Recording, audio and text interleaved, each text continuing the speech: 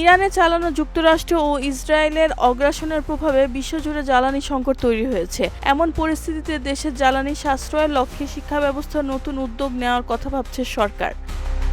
৩১শে March সচিবালয়ে সাংবাদিকদের সঙ্গে কথা বলেন শিক্ষামন্ত্রী আ.ম এহসানুল হক মিলন।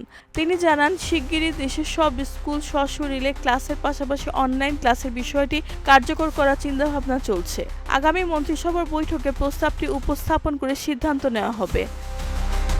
মন্ত্রী আরও জানান, এখান থেকে সপ্তাহে ৬ দিন ক্লাস খোলা রাখার পরিকল্পনা রয়েছে। দেশের মেট্রোপলিটন এলাকায় অনলাইন ক্লাসকে বিশেষ গুরুত্ব দেওয়া হচ্ছে। সরকারের এই পদক্ষেপ শিক্ষার্থীদের পড়াশোনার ধারাবাহিকতা বজায় রাখা এবং একই সঙ্গে জ্বালানি সাশ্রয়ে সহায়ক হবে বলে আশা করা হচ্ছে।